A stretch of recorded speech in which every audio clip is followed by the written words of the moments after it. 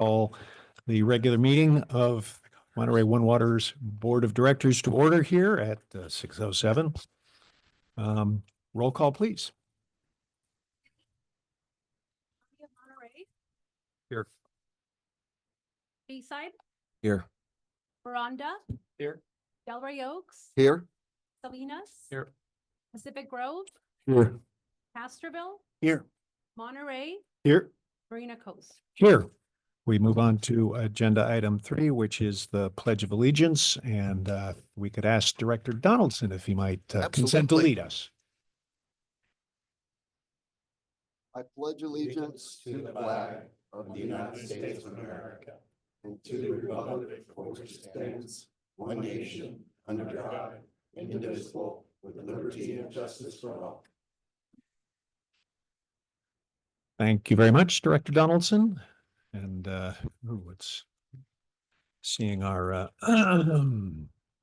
technology doing some interesting things here. All right, we get to, yeah, it's brainwashing us. Oh, yes. What's the subliminal message there? Okay, we'll move on to agenda item 4, additions to the agenda. Staff, do you have any agenda additions? Fellow directors? All right, seeing none, I'll entertain a motion under agenda item 5 for approval of the agenda. So moved. Second. Second. Anyone from the public wishing to comment on approval of the agenda? And if you're in the meeting on Zoom, don't forget to raise your Zoom hand. All right, seeing none, and we have no directors online, so on voice vote, all in favor say aye. Aye. Aye opposed. Any abstentions? Please show unanimous approval of the agenda. We get to agenda item 6, which is kind of a fun item that happens every few years, which is, in fact, the introduction of new board members. We have from the city of Salinas, their new mayor, Dennis Donahue. Welcome. Care to say any words? Well, I'm generally referred to as the old new mayor, so. The old new mayor. Okay. Yeah, second go around, and I'm glad I'm here. All right, and thank you. Welcome to the world of wastewater. Can't wait. Can't wait. We also have from the city of Delray Oaks, Mayor Scott Donaldson. Yes, Any words of wisdom for us? maybe On your not return. wisdom. It's great to be back. I mean, I really enjoyed serving on the board before, and it's great to see all my fellow directors and staff. Great to be here. Welcome back. All right, thank you very much. We also happen to have with us in the room the new general manager for Castroville Community Services District, Mr. Jim Durbin, and a familiar face originally over at Marina Coast. Evening, Tom. Please. Very happy to be back on the peninsula, helping everyone with their water solutions, and look forward to working with everyone in the room. Thank you very much. We look forward to working with you. All right. We get to agenda item 7, which is a presentation from the Monterey County Water Resources Agency and update on work that has been collectively done between Monterey One Water and Monterey County Water Resources Agency. So if Mr. Edzarian, who is their general manager, might come forward and present to us. Good evening, everybody. R. Edzarian, General Manager, Water Resources Agency. Is this working? Yeah. Yep. We don't need this? We can get a nice little feedback loop going. We could. Only a positive feedback loop now. So, yeah, thanks, Ara, for coming here for this. We actually did a brief update to Ara's board last week, and we're going to do the same thing tomorrow at the Board of Supervisors. So I see Supervisor Church left and doesn't get to hear this twice, which is certainly his loss. So we just want to do an update, as you well know, between the audit that occurred between Water Resources and ourselves by the third party, GPP Analytics. We've been meeting for the last, it feels like a few months here, with both our chair and vice chair, as well as Ara's chair and vice chair. We brought staff in to try to attack some of the certain areas identified in the audit. And what we want to do is just do a brief update on status. So why don't you kick it off? Yeah, and so as Paul indicated, we have established what we're referring to as a joint leadership group. And, you know, I just really appreciate the involvement of those individuals, chair and vice chair, their commitment to the time and the consideration of the issues. You know, the role of that group has largely been, you know, to provide guidance to staff, to help identify and prioritize issues, to help, you know, resolve questions when they arise. And it's been good. We've been meeting roughly on a monthly basis, and there's a commitment for that group to continue meeting. And I think having that sort of informal policy level group has been, you know, very, very helpful in terms of moving us forward with the ultimate goal of developing recommendations that, of course, will come before the various boards. The technical groups have been working more feverishly than us, and I appreciate their work as well. You know, since all of this sort of stems from the audit, but isn't only about the audit, you know, clearly our initial focus has been on the financial matters. M1 thankfully continues to provide us and CSIP services, and so our initial priority has really been, you know, review of the current day accounting controls and procedures so that we can feel comfortable about the, you know, roughly $800,000 a month that we're spending, that, you know, we've got a good handle on that. I think the frequency of the reporting has improved a lot. I think the details behind the reporting has improved a lot. I congratulate you all for bringing Lawrence on and having, you know, leadership there in the CFO chair. And so that's great. But we've also touched a bit on other matters, operations and maintenance, because that's where the costs stem from.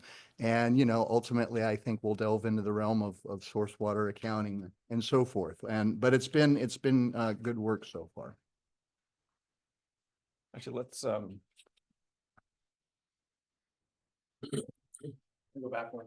Sorry.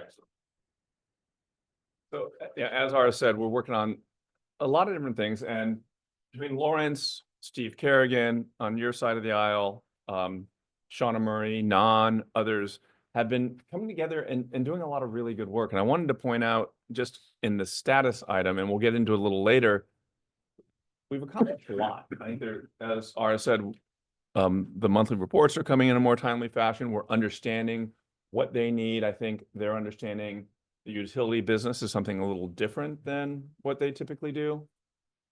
Also, the timekeeping that Tammy and Steve, frankly, started last July. I think we're good to go now, and that marrying up of our time card system with our computerized maintenance management system is much better than it has been in the past, and hopefully we can provide some certainty on where costs are coming from and where they're allocated to. So I just wanted to highlight that and some work that staff has been doing. You want to jump into the next one? And direct? Yeah. Since I love that one, so I'll let you do it. Yeah, so a lot of the work's been done in section 7, which is, you know, the area of how we pay the agency, and in section 8. And one of the sort of sub issues in there, if you will, there are really two, but one of the main sub issues has been, you know, what are the constituents of indirect costs, right? And when you think about the GPP analytics finding one, you know, it really focused on the indirect costs method and what should be used. And so we've been zeroing in on that. And I think making good progress there. And I know we've got another meeting coming up on the matter. Friday. I think, but soon anyway. And so that, you know, trying to find a better way of handling that.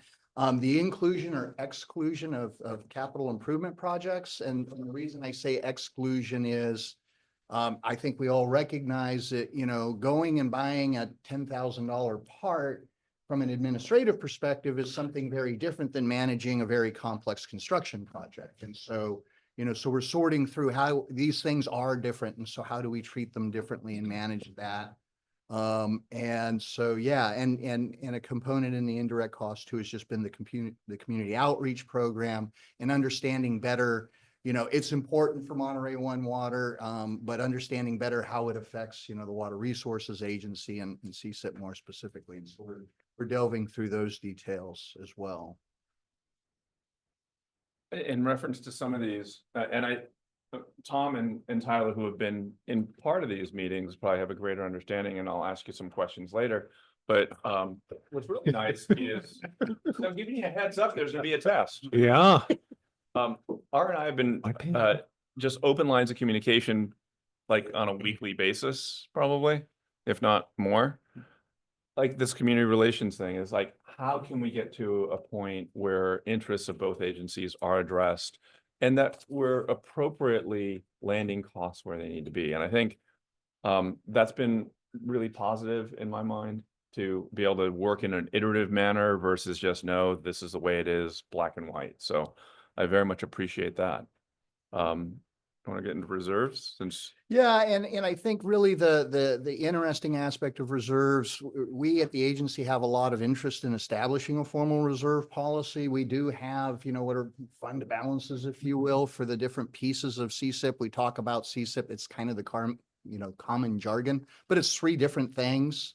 And because of the way we're set up, we have to treat all three things separately. And, frankly, if you imagine, and so formalizing a reserve policy is just a good financial management practice. If you manage, if you imagine a reserve policy for the distribution system, I mean, it's pipes and valves and turnouts, per se. And maybe doesn't need the same level of reserve as, a significant pumping plant that sits literally in a river and is subject to flooding on a high frequency. And so we're sorting through that. I think the interesting one is reserve policy for SVRP. So while the agency, is sort of bought and paid for SVRP, it's owned by Monterey One Water. And so how do we approach that, right? And so I think that's something will take a bit more conversation. And, engineering has been working on what we feel the 10-year capital plan is for all three components. So we understand what the magnitude is and start having those discussions, and whatever policy comes up is well informed with what projects are going to actually have to happen in the near future. We all know this system's 27 years old, so it is getting up there in years. Looking ahead. So again, the leadership group is committed to meet through April. I'm hopeful that they will meet beyond that. I think, the aim at this point is to close the book on the revisions to the financial sections. So, as Paul indicated, and we've seen this, right? We've seen an improvement in the practices ever since July and the beginning of the current fiscal year. And so we're working to capture those, more formally in this and allow that to be kind of the guide going forward. And so there's the aim, but being able to take on some of the O&M and other issues after that would be good. There are other areas of the agreement that need updating. There's a commitment that staff will continue to meet, as necessary, at least monthly.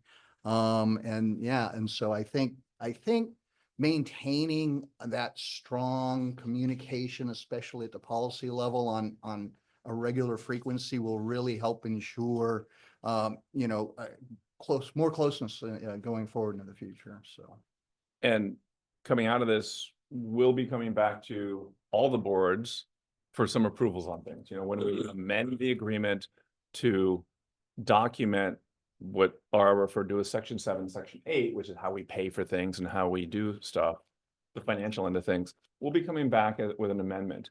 In the future, we'll also probably be coming back with an amendment on other aspects of the agreement that, we're now in year 10 of that particular amendment. So things can be tightened up.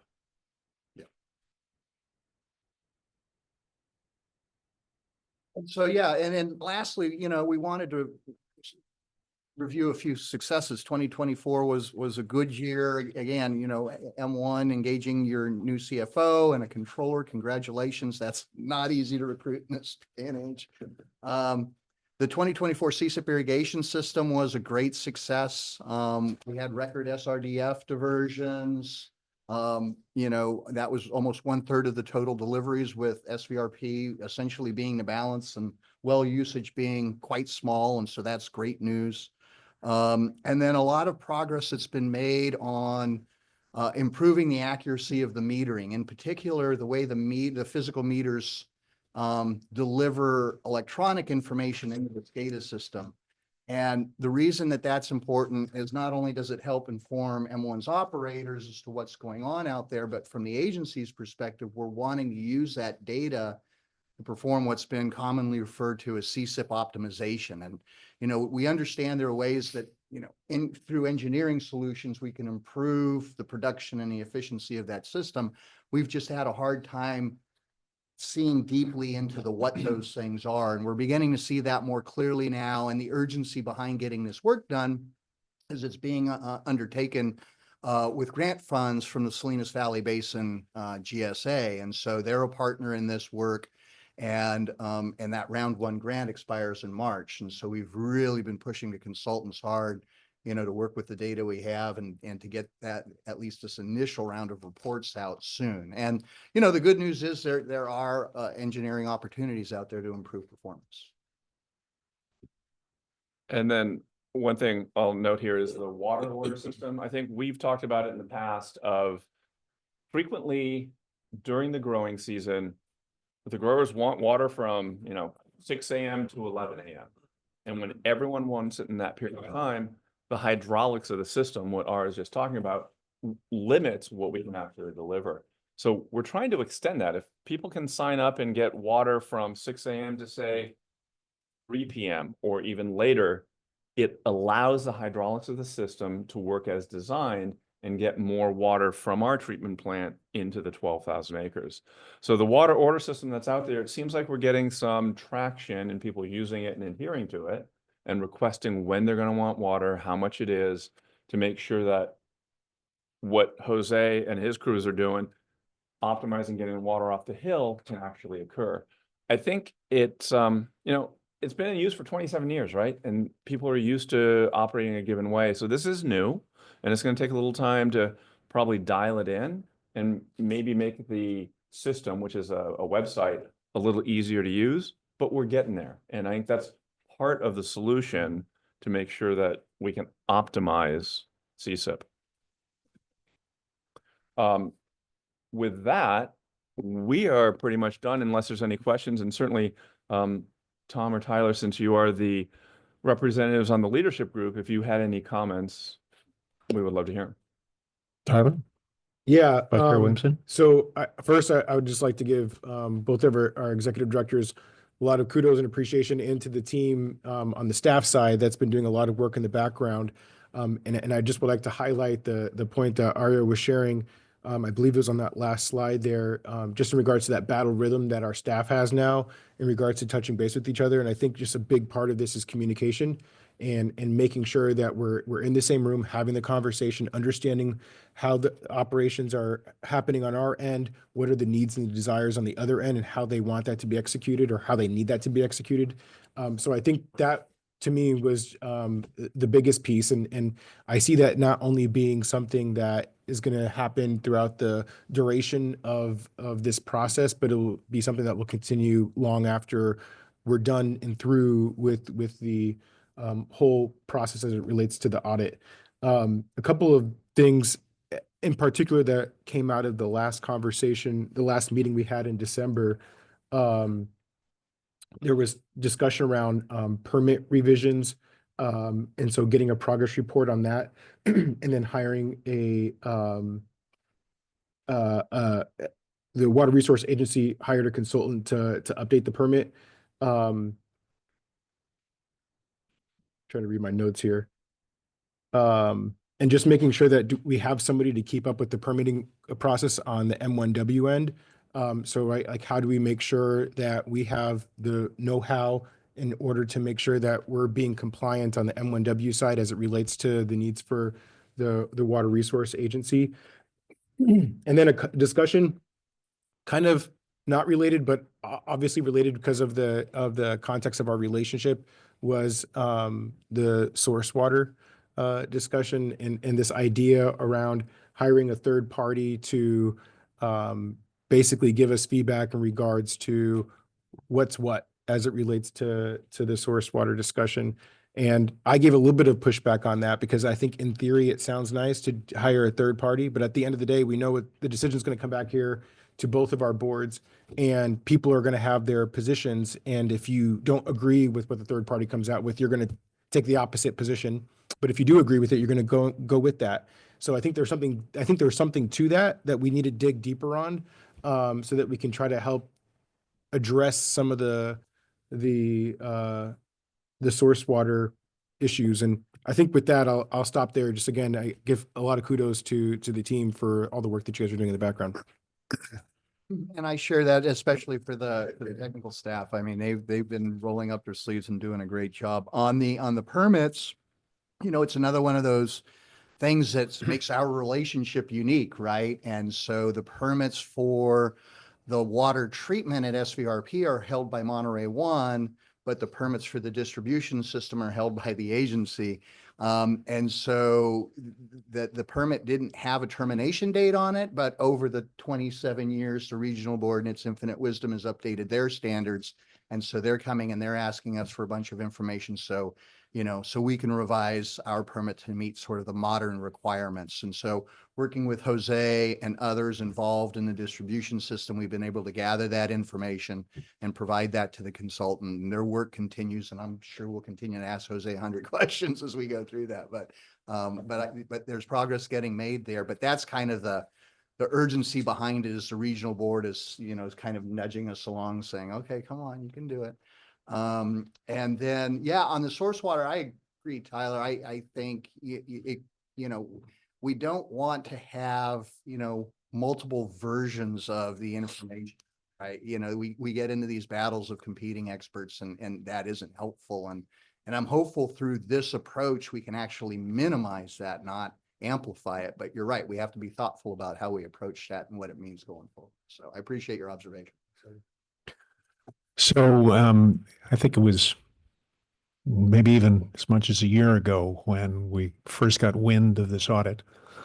And I'm fairly sure that when word got around to the members of both boards and even to the County Board of Supervisors that no one was going, yay, what a great audit. What a wonderful thing. All right. So we were kind of hung our heads and had concerns. The good news is, I think this audit was a trigger mechanism for a very good process that has begun to address these problems. It's clear that there was a degree of lack of trust between the two organizations in a variety of areas prior to this. And as I used to teach some of my students the Naval Postgraduate School, when talking about the interagency process or working, in fact, with host nation military forces, the best way to work across those boundaries is via personal relationships. And so the establishment of the leadership group has helped with that. We've gotten to know the chair and vice chair of the County Water Resources Agency pretty well. And they've gotten to know us. But more importantly, as Ara and Paul have pointed out, the two staffs have begun to work together. I don't, are they yet out to have a beer after work? That was part of Yes. it. Sounds right. Okay. Was it after work or during work? Don't answer that. You don't have to answer that. So I think this is a very good process. It still has work to be done. And I think both boards should consider, even when we feel like all the appropriate work has been done, that periodic meeting together of whatever leadership happens to be sitting here and whatever leadership happens to be sitting over the County Water Resources Agency should still get together to develop those personal relationships and shortstop any future problems going forward. So I hope both boards will consider doing that. Now it's your turn, directors. Do you have questions about the process? Director Donaldson. Not necessarily about the process, but Paul, you talked about the water order system. I guess it's been in place for a few months now, I think we actually started about a year ago, didn't we? a Tim? year ago. Yeah, so we've done water orders since the beginning of CSIP. The only thing that has changed is that it's gone into the tech world, so it's on an app. That is the one change.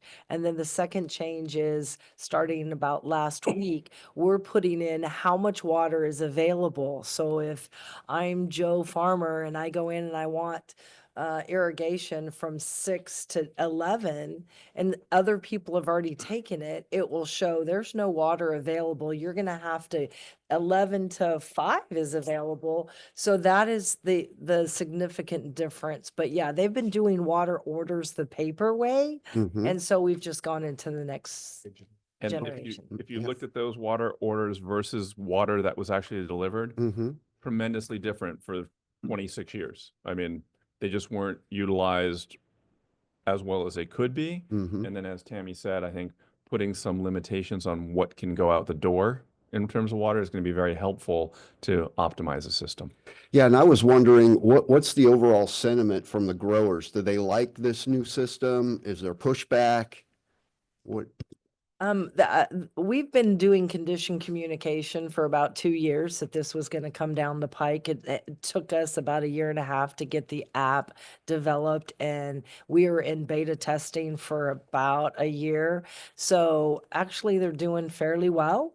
And in the past, some growers were, if their design of their system was say 1700 MGD, they'd take it all, even though they might not be using it, because it's like, okay, well, my turnout is designed for that. I want it. And so now what we're doing is the other significant change is we have what's called RMUs, radio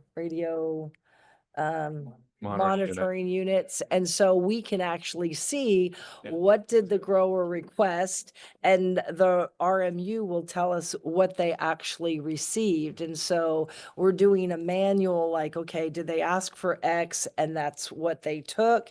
And if there's a discrepancy, we would make communication with the grower to say, okay, you asked for a whole lot more than you took. We're trying to, what you said you were going to take could have gone to somebody else during that time period, et cetera. So it's communication, and Jesse and his team's doing a really good job working with the growers, et cetera. So Okay. Scott, I've also Yeah. heard that the growers are accepting it and adapting. I've heard some feedback that the website's a little cumbersome, so there might be ways we can improve it in the future, but we're starting. That's the biggest thing. Okay, good to hear. Thanks. Other questions?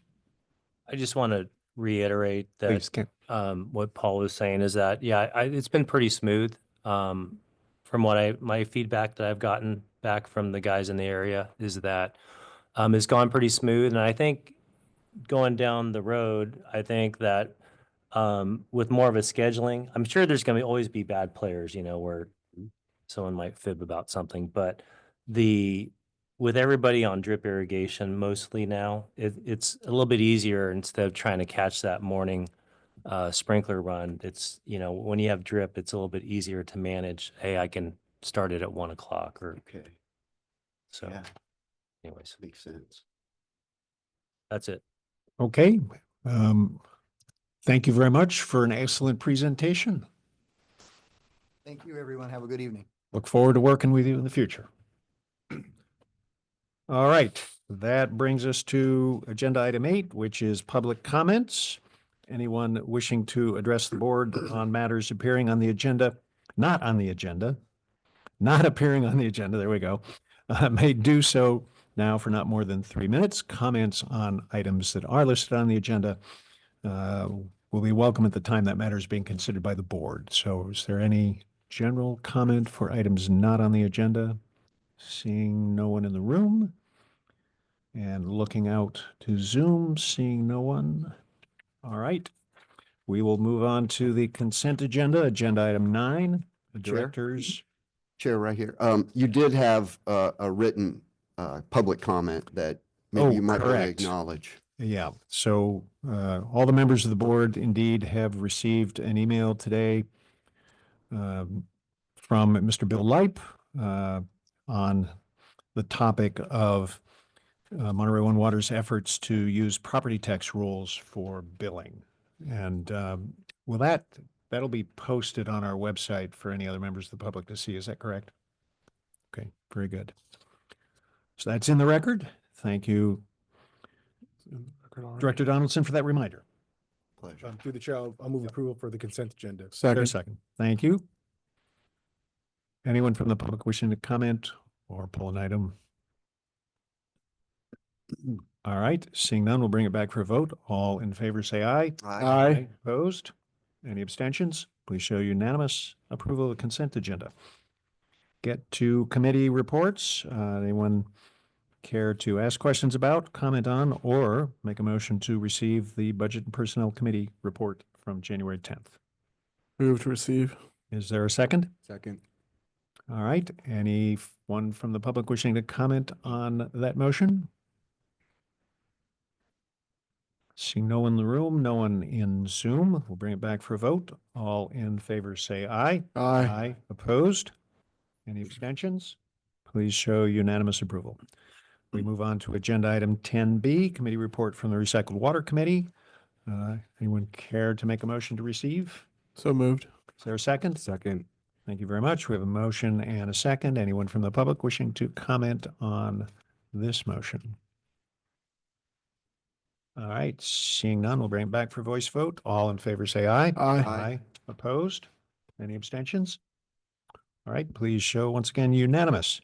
We get to agenda item 11A, action item, consider rejecting all proposals received for the ERP planning system. Staff report, please. Yes, thank you. This item is for the replacement of our current ERP system, Tyler Eden, which runs our financial, HR, payroll, and utility billing functions. And it is going to be sunsetted and out of support in 2027.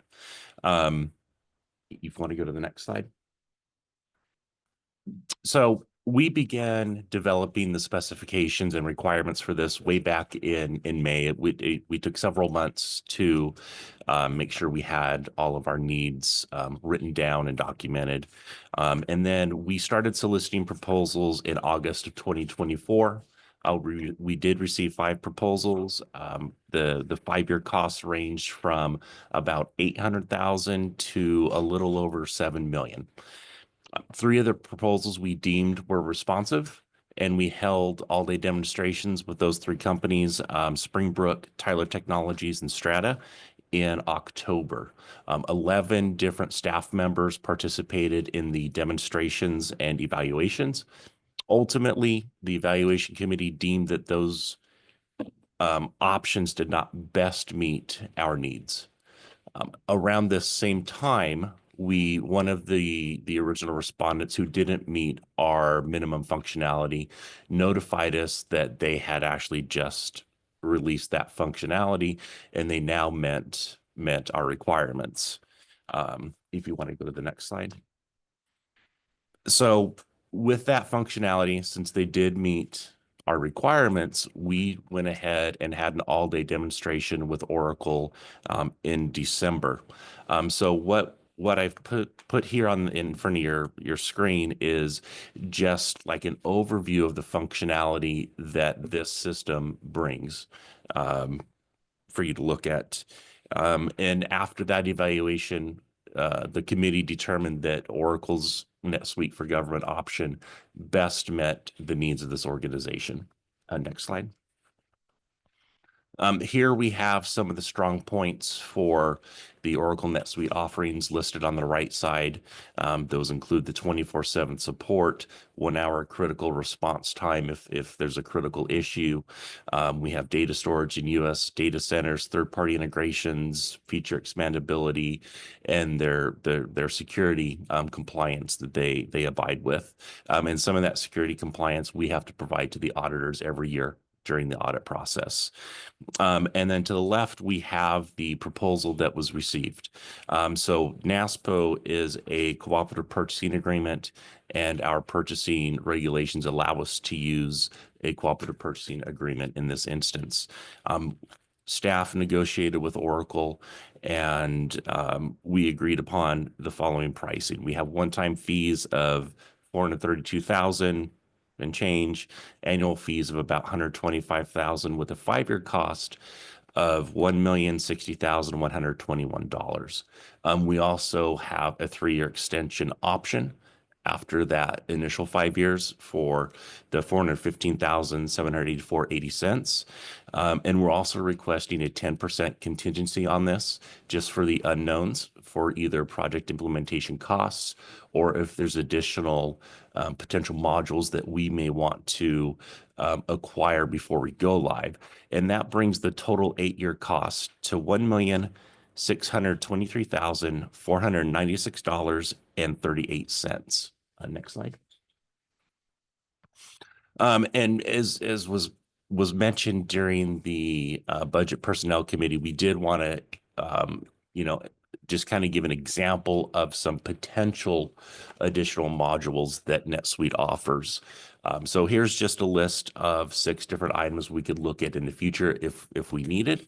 I just want to point out that the first item and the last item would potentially meet some requirements for projects that we have already identified are needed for this organization. And then the last item I would like to note is based on a question that was brought up at the committee as well was regarding payment types. At this time, we are moving forward with accepting the same payment types that we currently accept, unless further directed by the board to inquire about other payment types we may want to utilize. But that's 100% up to the discretion of the board. Next slide. And so with that, it is staff's recommendation to reject all proposals received as part of the ERP request for proposal process. Authorize participation in the NASPO Value Point Cooperative Agreement for Cloud Solutions and Addendum MA number AR 2487, and authorize the general manager or their designee to enter into a participating addendum and to execute an ordering document with Oracle America Incorporated for the purchase of Oracle NetSuite and implementation services in the not to exceed amount of $1,623,496.38.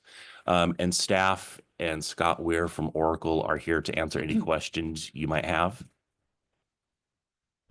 All right. Thank you very much. Directors, questions? Director Church. A couple questions. Yes. Looking at, I see the previous proposals are 5 that range from 800,000 to 7 million. Yes. Which seems like a pretty good spread. It was a very big spread. Yes.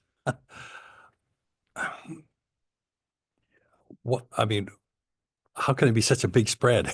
I'm just kind of curious on this. It is, and it really depends on the vendors that proposed it and where they feel that their costing fits in. With an organization our size, we don't necessarily need or require or would even want some of the more expensive options that are out there. With our operations and particularly our utility billing structure, we just wouldn't need some of those. So, Frank, can you just sort of describe on the upper end, there's certainly systems that the city of Los Angeles would buy or Correct. large companies, and just the difference in that they did meet the requirements. It's just a different scale of software and assistance. Yes, correct. So, for instance, one of the companies really focuses, I think, a lot on manufacturing. So some of their needs are definitely going to be different than ours. Another one really has a focus. So there could be software that may be the LA Department of Water and Power with their rate structures would need something a little bit different than what we're going to need. And obviously with that increased functionality and complexity comes the additional cost.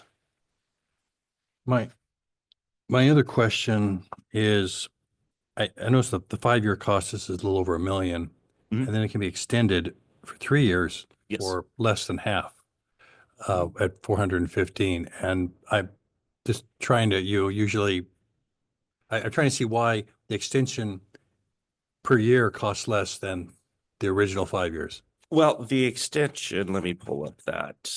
Cost. that information here. I think there it is slightly more per year.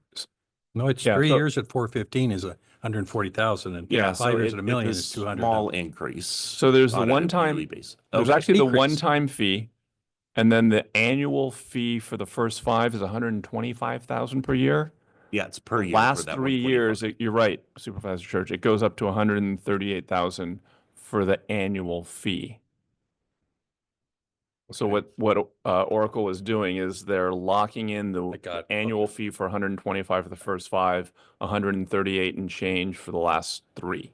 Okay. Yeah, sorry, I was focusing on the 3 and the 5 and I didn't look at Okay. the previous lines prior to that and catching what you're saying there. And just my last question is, you said there was new functionality and you gave a list on, I'm just curious what they had to offer that was more than the others. They are, well, NetSuite in general is considered the first software as a service offering that was ever created. I think Scott can remind me, is it 98? NetSuite. Hey, Scott, can you please come to the mic? So people online can hear us also. Yeah, hello, I'm Scott Weir with Oracle, NetSuite for Government. So, yeah, the NetSuite was created in 1998 in the Oracle Cloud, and it has grown over the years to where it has 41,000 cloud ERP customers worldwide, making it the #1 cloud ERP out there. And we are constantly making improvements to the product. And the nice thing about software as a service is if we make some enhancements to that software, you get that, right? Now, what added modules are things that we have available, and if it meets the need of Monterey One Water, then that's something that we could do as an expansion to the Yeah. contract. And just to add to that, this is Oracle NetSuite for Government. So it's a flavor of NetSuite that's designed just for government operations. So their functionality really meets us, and then their utility billing product is actually a very old product that's been around for a very long time, and it's been pared down to meet the general government utility billing options. All right, thanks. Other questions? Director Habino? I just have a question in terms of once we give the okay for this, how soon would you be up and running? That is a very good question. And so it's going to be a staggered approach. So normally financials goes first, and then we go live on human resources and payroll, and then we go live on utility billing. Altogether, my projected timeline, we're looking around October of 2026 to be 100% live with all 3 of those functions, which gives us about a 5-month cushion before our current system runs out of support. So we do have that option to extend go lives if we run into any major issues. And then part of the audit was of the time accounting. Yes. There was 2 or 3 different programs. Are those programs going to be still in place once NetSuite is up and running? Yes, because the timekeeping is our payroll system for people who get paid. But when we're talking about the audit, we're really looking at the CMMS system, the maintenance management system, where they're tracking time on different assets or projects on that. Now, built into this in the proposal is to have an interface that we can bring in those records from the CMMS system directly into NetSuite, so we don't have like double data entry occurring. But in a year and a half, we will have a different timekeeping system. So currently we're we will using have Eden yes. and Lucity for our CMMS. In October of 26, we're going to have the Oracle NetSuite timekeeping system, and we'll see about Lucity or something different. So the systems are changing. Yes. Great. So I want to provide a little clarification in that the timekeeping, no matter what we have, and our work order system, which is the CMMS, they will never match exactly.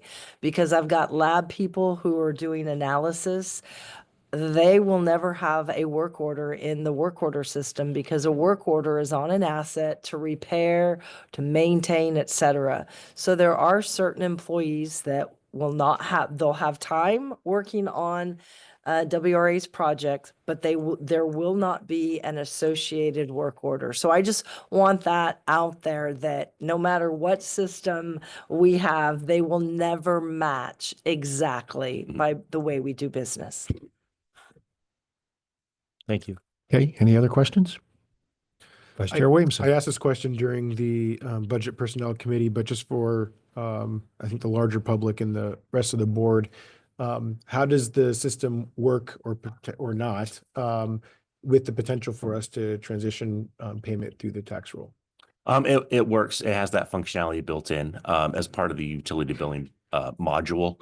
So a lot of times governments will utilize the lien process at some point, usually for uncollectible debts. So the ability to put like a charge onto the taxes, that functionality is already there. Now, obviously, initially when we go live, we will be looking at standard, bi-monthly billing or monthly billing like we currently do. But we can transition that onto taxes if that is something that is needed in the future. So Frank, to Tyler's point, is the county moving to this also? To Oracle NetSuite? I don't believe the county is. Is the city of Monterey in the process of picking an ERP as well? Yeah. Oh, okay. Yeah. Okay. Yeah. So, we'll be the guinea pigs. We'll kind Perfect. of give you advice if you need it. Thank you. Yeah. That's it. Thank you. Okay, any other questions? So I do have one question. Obviously, Oracle's a very large corporation, Yes. well aware of cybersecurity issues and probably has as good of the bells and whistles to protect data as, any other large competitor of theirs. And how are we, by signing up with them, it's not like we're negotiating terms of a contract with them. We're signing up through this third party, and it'll be the contract we have, will be whatever that third party's already negotiated with, That is correct. with Oracle. Are we indemnified for loss of our customer data in that contract, or do we need to think about some kind of insurance to cover ourselves if they don't indemnify us? I think Jim might have a better answer with that, but I don't believe that most software, or maybe not, but that's usually not something that is included. Scott, is there any coverage on that? And usually, if we do have a data leak, it's usually it would fall on the organization whose data was leaked. Yeah, again, Scott Weir with Oracle. The NASMO agreement is pretty extensive, and it's more than just cloud services. It's infrastructure as a service. It's it's a lot of other things other than what we're talking about as software as a service, right? But they've negotiated with all 50 states, right? And there is more coverage around identification. The insurance rates are higher. So that's another benefit of going through the NASMO agreement. Certainly you can feel really comfortable by signing up for that NASMO agreement that all the terms and conditions, are going to meet your needs. So I presume Oracle carries some sort of insurance for themselves against the consequences of a hacking that steals a bunch of data. But if I understand what you're saying, none of that insurance would protect Monterey One water from such a hack, from the costs that would almost inevitably come from that sort of thing. No, you're covered under those clauses. I don't have them exactly here with me, Yeah. but we can certainly get you those levels, and they're substantial, millions of dollars, right? So it's um we have our standard memorandum of insurance. The insurance that we put into the NASBO agreement is more than that. You have more coverage. Well, the answer to this question doesn't need to come tonight. It's certainly not going to affect my vote on the issue tonight, but I would urge staff to, at some point, report to the board, what is the nature of the coverage we have? We know that there's bad actors out there, some of them supported by large nation states on this planet that would like nothing better than disrupt the heck out of our customer base at some point in the future if it's to their particular advantage. So Yeah, no, that is very true. And I think it would come down to if data was leaked, like what was the root cause of it? sure, and where does the cause lie? If it was lost credentials and, that doesn't, where does that fall? Yeah, is that our fault? Is that Is that our Oracle's fault? fault? Is the Exactly. design, right? All of those things would have to get worked out, but mostly I think we ought to know what do we have in place to potentially insure against that and pay for the intended costs should that sort of thing occur. And I don't, Well, one of the advantages of going with a company like Oracle, right? We spend 8.6 billion a year annually on research and development and enhancements. So we're always making sure that we have the best cloud. I mean, the IRS, the FBI, the CIA, and the branches of the military are in the Oracle cloud. So, and even, what happened last year with the CrowdStrike, it affected Azure, it affected AWS, it did not affect Oracle's. So, I mean, we have a really secure cloud. that's good to know. Yeah. All right. Thank you. All right. Any other questions, comments? Anyone from the public wishing to comment on this item? Seeing no one in the room, anyone on Zoom? All right, we'll entertain a motion. Move to approve 3 recommendations. Second. Thank you very much. How are you leaning? I should have. Jai has got somebody down, I'm sure. All right, then we'll bring it back for a voice vote. All in favor, say aye. Aye. Opposed? Any abstentions? Please show unanimous approval. Thank you very much. Thank you. And Oracle, go forward and do good work for us. Thank you. All right, we get to agenda item 11B. Staff report, please. All right. Good evening, board members. I'm your Director of Engineering, Matt Thompson. I'm pleased to be here this evening to present you an item that should be really important for the future of Monterey One Water. We are requesting your approval to begin preparing a master plan for a comprehensive upgrade of the regional treatment plant. The regional treatment plant, which we commonly call the RTP, is really the heart of Monterey One Water's wastewater system and what enables us to provide wastewater treatment and water recycling services for our various member agencies. The RTP is going on 34 years old now, and many of its components are reaching the end of useful life. There are several other reasons why we should begin planning for this major upgrade. There are some aspects of the plant that are not very energy efficient, and with the rising cost and reduced reliability of electrical power, we need to improve electrical efficiency. We also should improve the quality of water produced by the RTP and thus improve efficiency and productivity of our water recycling operations. The RTP was originally designed to treat just municipal wastewater, but is now being used to treat a variety of different wastewater types. We would like to improve the performance and resilience of the biological treatment process to continue effectively treating these various wastewater streams. We also know that water quality regulations are evolving and will likely require us to remove nutrients such as ammonia and phosphorus from our wastewater stream in the future. We also have a need to remove nutrients to better protect the advanced water purification facility and its membrane filters. The existing RTP was not designed to remove nutrients, so we ought to start planning to upgrade to a new nutrient removal process. A comprehensive upgrade of the RTP will be an expensive and time-consuming undertaking. We are currently planning or constructing many other improvements to the wastewater system, such as renewable energy improvements, improving electrical reliability, and upgrading aging sewage treatment pump, sewage pump stations. Some of these projects are quite urgent and must be completed before we get into construction of the RTP upgrade. The upgrade will likely be debt financed, and it will likely take many years to secure this financing.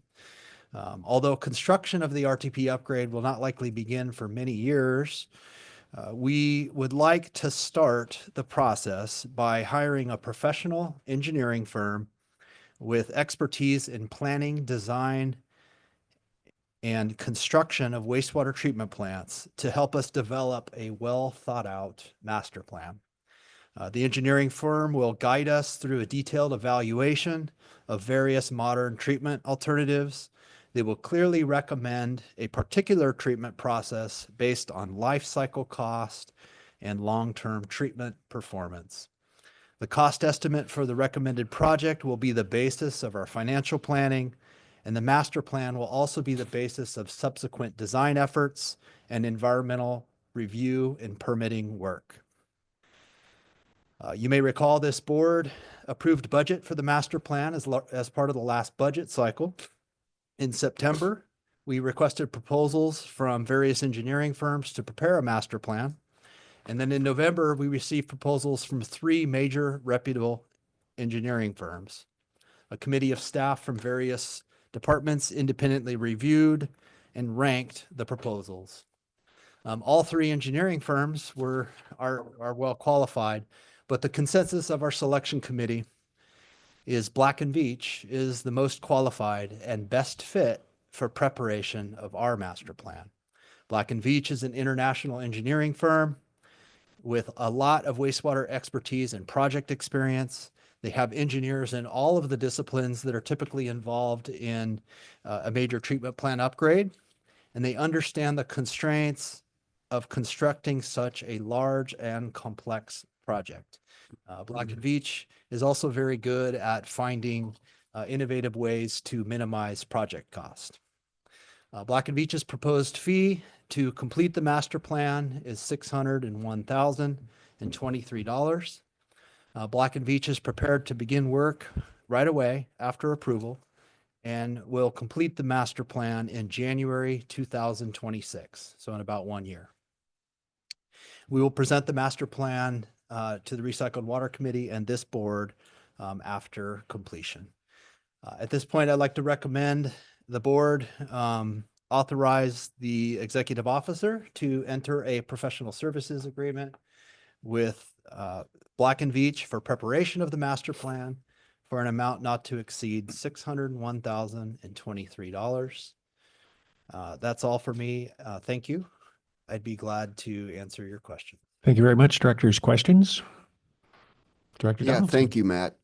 You talked about electrical reliability and efficiency, but will this master plan also take into consideration the biogas project that has been worked upon? Yes, definitely will. The project that is actually now in progress to improve renewable energy production and the reliability of electrical power, we would like to complete that and have that in place before we get into construction of this regional treatment plant upgrade. Okay, thank you. Other questions, Directors? Vice Chair Williamson. Should customers be concerned about the current quality of water produced, given that that was an issue indicated in the staff report? No, sir. We're planning ahead for the aging of these facilities to ensure that we continue to treat water that meets all regulatory requirements. And we meet all regulatory requirements now. Matt is identifying potential changes in the future that we're seeing in other places in the state, like The the San Bay. Francisco Bay Area and nutrient removal. So he's sort of Forecasting. got his crystal ball out. Perfect. Thank you for that. Do we have a ballpark figure regarding the cost of the RTP upgrades? Whoa, no. This will likely be the largest project in our agency's history. It will be likely on the order of magnitude of hundreds of millions. If you look at similar projects, the number that we discuss internally, based on our somewhat educated guess, is in the range of 300 to 400 million. Just as a comparison, if I'm not mistaken, Sacramento Regional Treatment did a large expansion, very much what Matt is saying. They're a larger treatment plant. I think theirs was 1.25 billion. Union Sanitary District is just finishing up one right now. They're closer to our size, and I think they were at like 700 million. So it's a big number, whatever we want to look at, unfortunately. And then my next question is, how will this get included in the rate? How will the costs associated with this and preparing for it get it brought into the discussion on rate increases? So we are actually meeting tomorrow to discuss this a little further. Obviously, the master plan is not started yet. It won't be done for another year. So we won't have defined projects over that 10 or 20-year time frame. So we're trying to back into it a little bit, knowing what we have on the books today, what we feel there's going to be the high priority projects in, say, years 7, 8, 9. And when I say we, it's Matt, Lawrence, and myself to go over what that capital improvement project list looks like in conjunction with what does the rate model look like and what is our debt capacity, not now, not just now, but for the next 20 years, like as other debt drops off, do we have additional capacity? It's going to be some sort of blend. But I'm sorry if I don't have a tighter answer than that. No, I'm glad to hear that there's discussions happening around that. Because I totally acknowledge that there's going to have to be some debt financing associated with it, but as much as possible, kind of getting into the practice of paying for things as we go and being prepared for these costs as opposed to kicking the can down the road and putting the impact on future generations, I think is as much as possible, probably the best practice. And hence the reason we're trying to accomplish these master plans now, so we have a more defined look at what projects are necessary. And then last question, in the proposal that was attached, I didn't see anything in there as it relates to impacts to climate change, sea level rise, dramatic impacts to changes in storms. And so I just kind of am wondering how maybe that could potentially be included in it so that we're kind of being mindful of those impacts on the new system and just trying to be resilient and prepared for that. That although it might not be explicitly stated in Black & Veatch's written scope of services, that has been a big part of the discussion. Love it. One of the big components of a project like this is to determine the flows and loads of wastewater. And what we anticipate, one of the impacts of climate change and more severe weather is that you have peakier flows and during wet weather. And fortunately, some of that was studied, I think, back in 2017. Another engineering firm, GHD, had prepared a similar master plan for our collection system. So we're going to pick up where GHD left off, and we're going to build upon that. And it will certainly be designed to be a very resilient process. That's actually another reason to pursue an upgrade. The particular type of biological treatment we use now, trickling filters, it's a great technology, especially in its time, which was actually about the 1950s. And so that type of technology is not actually well equipped to handle big fluctuations in flows and loads. And so we're looking at a much more higher performing and resilient type of biological process that can handle those swings that we anticipate will occur as a result of climate change. So as Matt said, they're going to look at when Tammy's and Jose's plant sees huge flows in those higher intensity storms that we're going to see in theory, well, like we did in 23, I guess. In conjunction with that, the collection system master plan that was done by GHD, there was a trigger to do some condition assessment of our outlying facilities. As part of that, Matt is going to pursue an adaptation study with those condition assessments, focusing on climate change for field facilities. So in the Pacific Grove stations, if and when sea level rise happens, or there's more storm surge that overtops those, or in the city of Salinas, the largest pump station we own, which is sitting pretty much in a floodplain, what about those? So those will be done as part of the field study as well. Thank you for answering all those questions.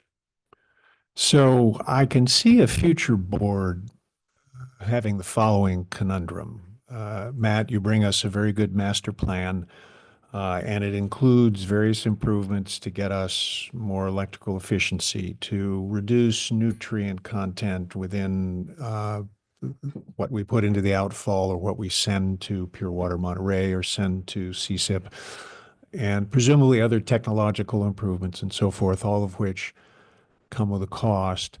And from what you've said, I can see a future board getting this thing stuck in their throat at $750 million or $1.6 billion 10 years from now or whenever it is. Will Black and Veatch be able, in theory, we have aging infrastructure, but we could more or less replace it as built. We wouldn't get the nutrient reductions, we wouldn't get the electrical efficiencies, but it would probably from a capital perspective be cheaper.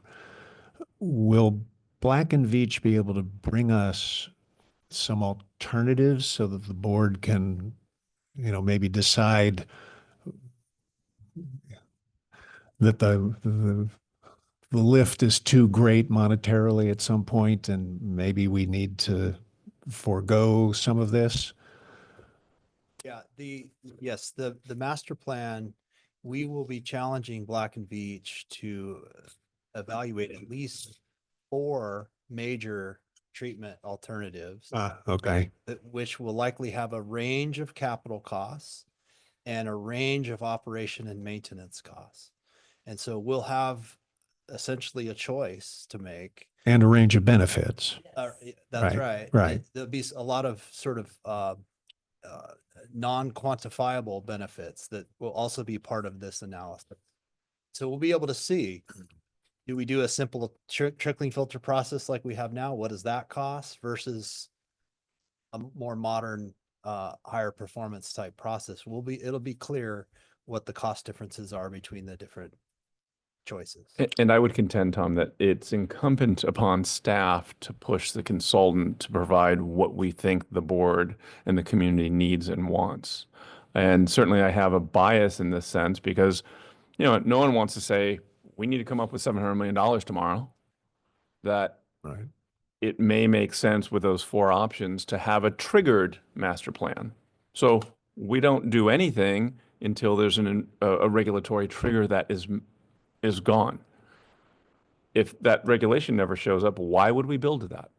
So we want to give the board those sort of options as well to try to attenuate the impacts of the cost to all the ratepayers. Would also be useful in the report to know to what part of our customer base the various benefits would go to. Yes. So I assume you're meaning the effluent quality that would then go to the recycled water for CSIP or the recycled water for pure water, or hopefully never, but out to the bay. Right, if and right, when. right. Okay. Thank you very much for answering my question. Any other questions? All right. Anyone from the public wishing to comment on the item? Please. If you'd come up to the dais and feel free to identify yourself.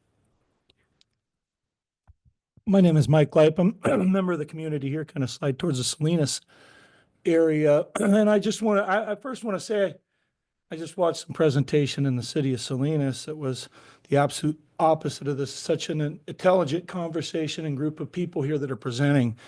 Thank you for being here tonight. I don't say that often, and I appreciate it. I'm glad to hear that we got the fear coming out here, the boogeyman and rising sea levels, right? We had a member of our city that was in this board peddling fear when it came to how we were going to charge our constituents here. That was false. And looking at something like this of a $700 million, $1 billion project, our community has the money if that's what's necessary. What I'd like to see with a board like this, I hear a lot of conjecture of collaboration and equal say. But I can guarantee you if we have a $700 million expenditure, you're going to be looking to Salinas to put a much higher dollar amount in than all of your cities amongst our community. So I think that that needs to be taken into perspective here. That if you want equal time and input, put in equal money. Thank you. Thank you very much, Mr. Lipe. Any other members of the public wishing to comment? All right, anyone from Zoom wishing to comment? All right, seeing none, we'll bring it back to the board. I Vice just Chair Williamson. hoping that staff can maybe kind of clarify in regards to what the cost burden is. I mean, I want to acknowledge the public comment, and I imagine that Salinas probably would cover most of the cost just because most of the ratepayers are in Salinas in comparison to other member entities. So I'm just hoping staff can maybe help clarify in regards to what the financial impact is based off of the various member entities. Yeah, so all things being equal, obviously, Lawrence, please correct me if I'm wrong, but about 95% of our revenue tends to be rate-based. So from all the member entities and the individual in your respective cities and areas. Salinas has ballpark 50% of the accounts. So if we're looking at a rate increase, no matter what it is, whether it's a penny per month more or something much more substantial, approximately 50% of the revenue does come from Salinas. I'm saying approximately. I'm sure Rachel and Mike can tell me exactly, but that's in the ballpark. That would be distributed equally from a rate increase for our wastewater customers. To Tom's point of looking at where the benefit lands, whether it be for the SVRP, CSIP customers, or for Pure Water Monterey, or just required of our wastewater customers, that's another level of analysis that I wouldn't be prepared to determine at this point in time. But yeah, we would look at all that. With that, I'll go ahead and make a motion to approve the Is there a staff second? recommendation. Second. Thank you very much. All right. All in favor, say aye. Aye. Opposed? Any abstentions? Please show unanimous. And we move on to agenda item 11C. Staff report, please. Thank you, Chair Moore. So this item is to consider the approval of amending the February 25, 2021 short-term lease agreement with Cal-Am for our outfall. I'll just give a little brief background and then we're going to pivot slightly. So I apologize. So this first agreement has been happening since 2014 timeframe. As you well know, Cal-Am has a test well that they've been pumping. That water, which is predominantly seawater, just goes right into our outfall and heads out into the bay. We've had a number of amendments to the agreement.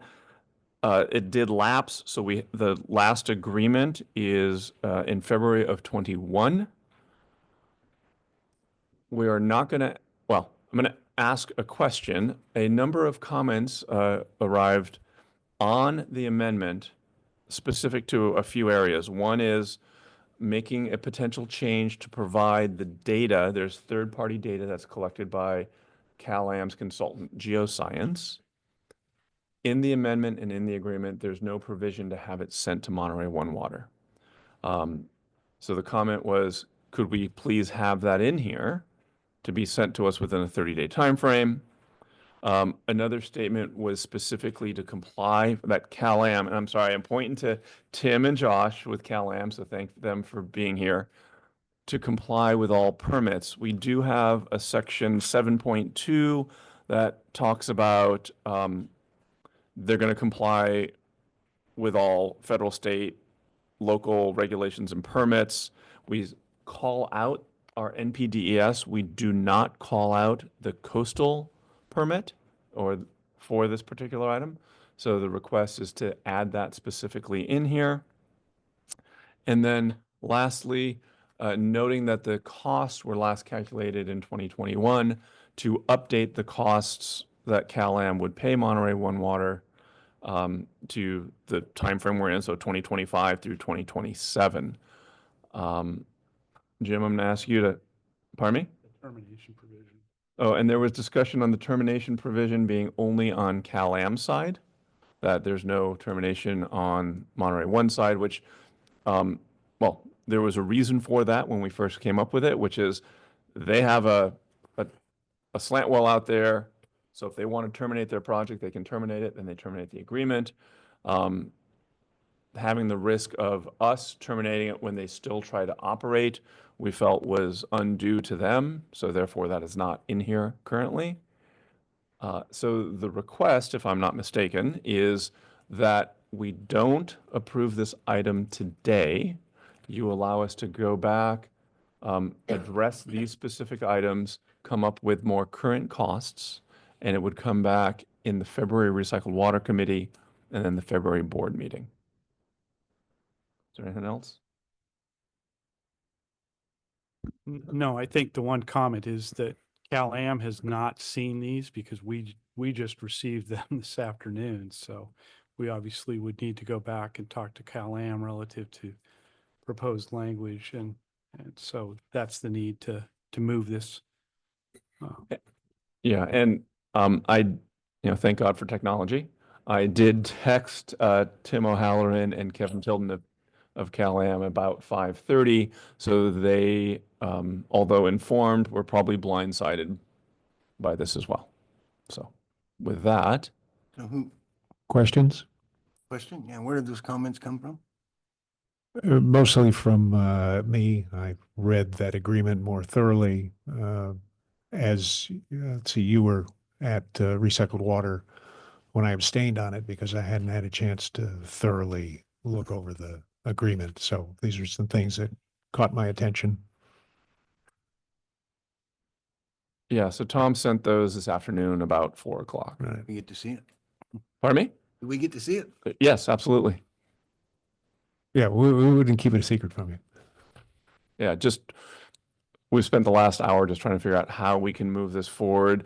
The agreement, this is probably a pertinent part, is the agreement terminates March 25th, 2025. So I actually put it on this board meeting, well, in hopes of getting it done, but if we had any issues, that we'd have a little runway to get this done prior to CalAm needing it, so.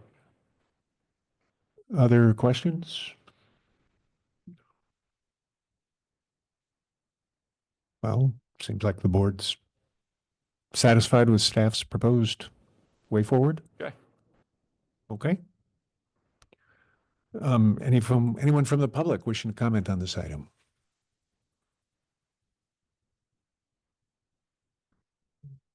All right, seeing none in the audience, seeing none in Zoom land, we'll move on to agenda item 12, staff reports.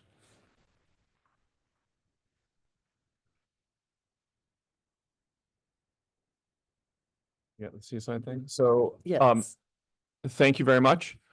We've had a number of things going on. I guess, Happy New Year, even though it's the end of the month. It's the first time we've seen many of you.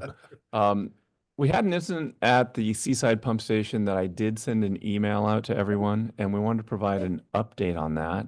I think Tammy's gonna hit that, or Daryl? Yes, will actually, begin? I've got Daryl on the line and he will walk us through with some pictures because pictures will definitely show you exactly what we were dealing with. Just a heads up, the Seaside is our second largest pump station and the RTP depends on getting the flows from the pump stations there safely. So very critical asset that we have. And after Daryl gives his update on Seaside Pump Station, I'd like Jose to give an update on both what the status of SVRP, because we're about ready to fire it up, and then also AWPF. So I'd like to thank my management team. So go ahead, Daryl. Well, and actually, before we do that, so newer board members, we're using a lot of acronyms. So if you'd like us to explain those, we certainly can. Okay. And Daryl, if you don't mind, can you start at the beginning of January 4th? Yeah, good afternoon, Chairman Moore and members of the board. Daryl Harris, the Utilities and Maintenance Manager for Monterey Daryl, One can you Water. speak a little louder? We're having a hard time hearing you. I don't know if you can move your intercom toward you, please. Is that better? A little bit, yes. Okay. Yeah, Daryl Harris, Utilities and Maintenance Manager, Monterey One Water. So at Seaside Pump Station, we're in the middle of a upgrade at that station to replace old equipment. On January 4th, the original PG&E transformer and bus duct that feeds the power to the station had a major failure with corrosion, and it shorted out the bus duct. So the pictures you're seeing right now is the transformer and a section of the bus duct where it shorted and created a arc flash and a fault and took the station down. So we had to then switch to our station generators to power. Next slide, please. So on with the bus duct, it would take 18 weeks to get new bus duct, but as part of the project upgrade, there's already bus duct that the contractors have ordered and a new transformer. So we couldn't wait 18 weeks to run on generators.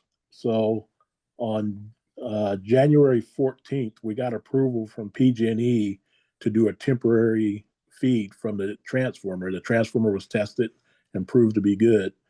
So we were able to, the week of January 22nd, secure cable tray and cable per PG&E's approval to start installation.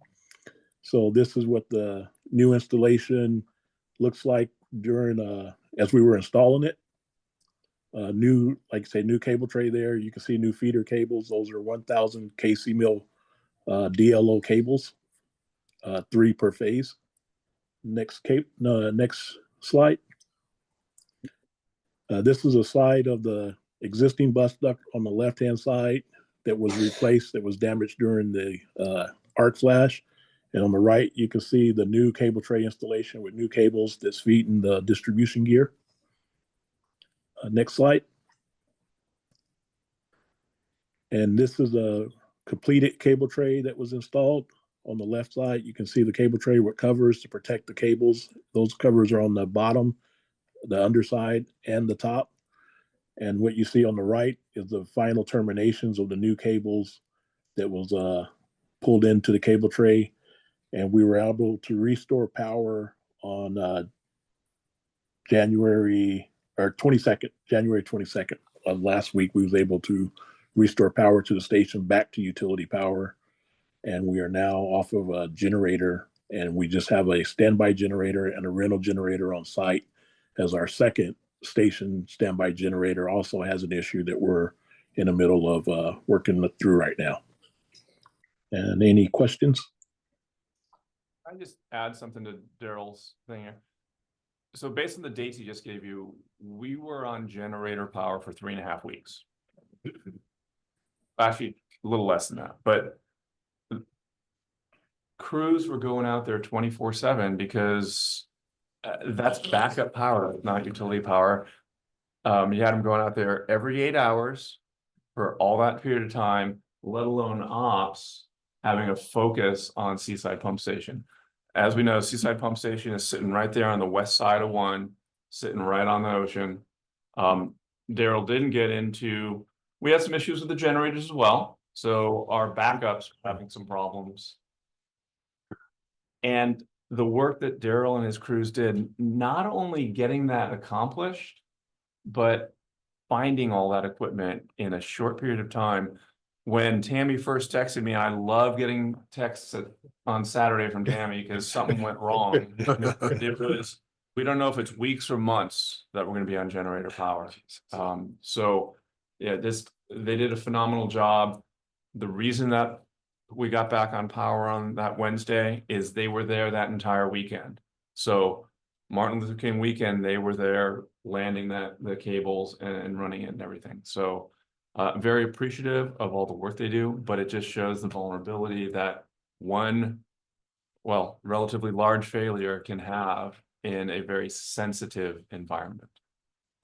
Right, and another thing is that we also set up a bypass system in case we lost not only our emergency generator, but also the trailer mounted generator that we rented. So if you drive by on the freeway, you'll see a big old trailer mounted generator. And so we are keeping that on site until we get our second emergency generator up and running. In wastewater, you have to have redundancy and you have to have a game plan for emergencies. So Daryl and Daryl's team did a phenomenal job, and same with ops as far as keeping an eye on that station. But the bypass, we had a 10-inch pump, we had a 6-inch pump that could carry all the flows just in case there was an issue. So the teams are doing a phenomenal job. What we've experienced in the last, say, 5 years, I tell them they could go their entire career and not go through the things that we've done. We've had the AWPF blow up. We have had 2 seasons of floods of the Salinas River. I could go on, but the team that we have are amazing. So thank you. Questions on that Oh, yeah. particular report? You know, I would just like to say something. Have we done anything to recognize Daryl and his folks? I mean, I mean, that's unbelievable. Daryl, excellent job. I mean, that's just fantastic what you and your team have accomplished out there. We haven't, but they still get a paycheck every 2 weeks. So, and I let them know all the time that they're very much appreciated. I'm just kidding. And I will say, Daryl did abuse me a little bit and made me wear a Miami Dolphins jersey in front of all of the staff. I need So- pictures. Oh, there's pictures.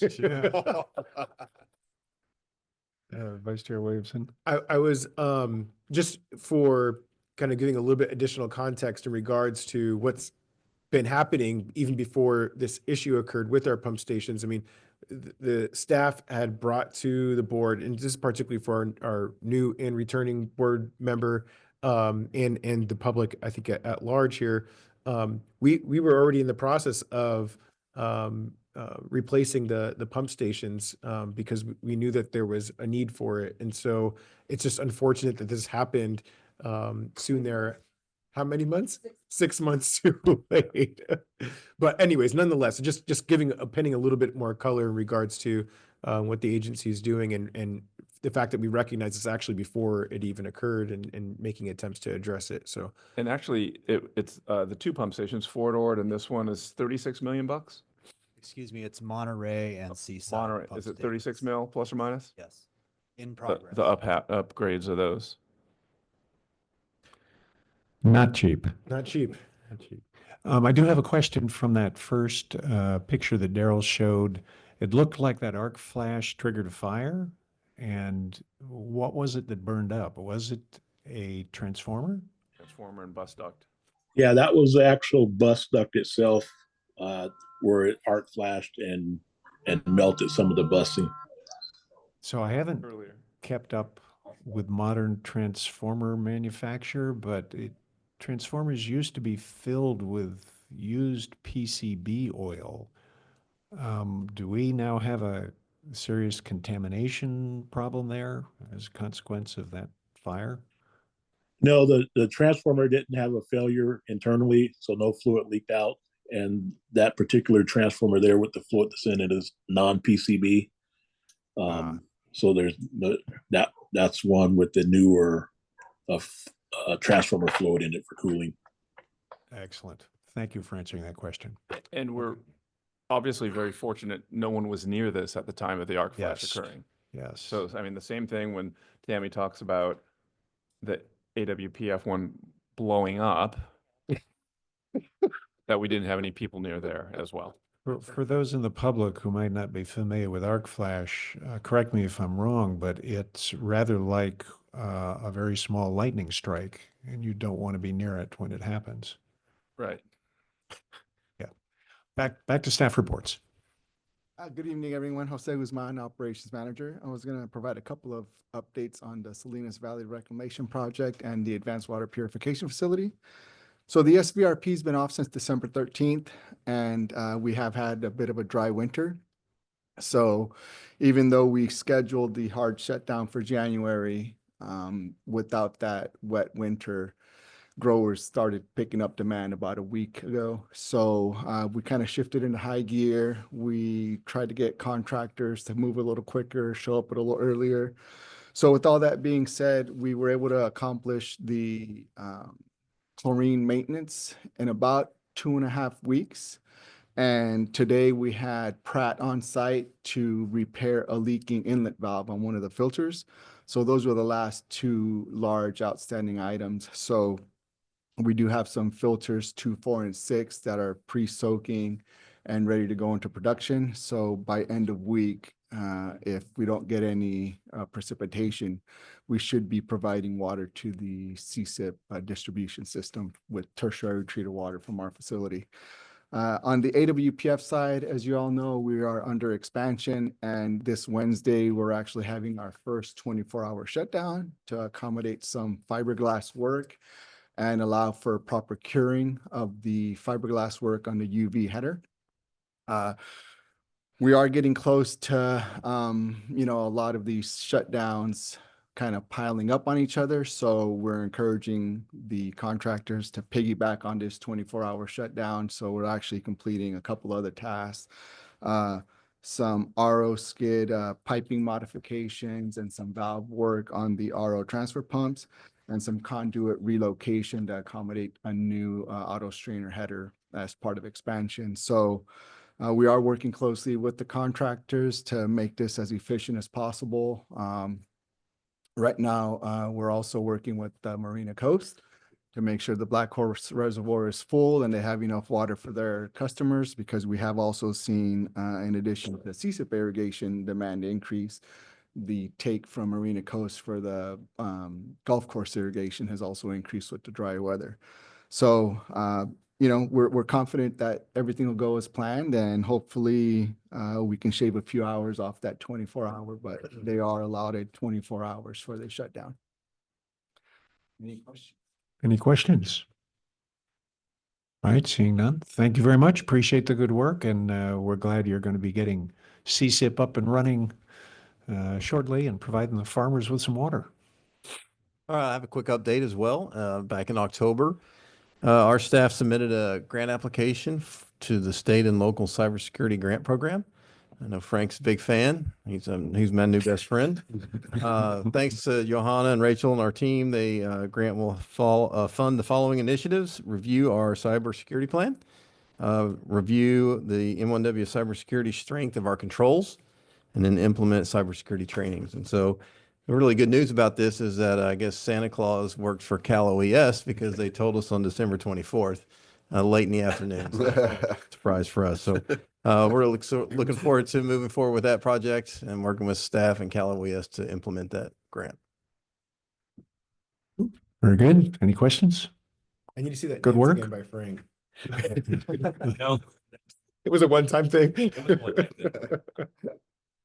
All right, that it for staff reports. Thank you. Then we move on to board member comments and reports. Any board member comments?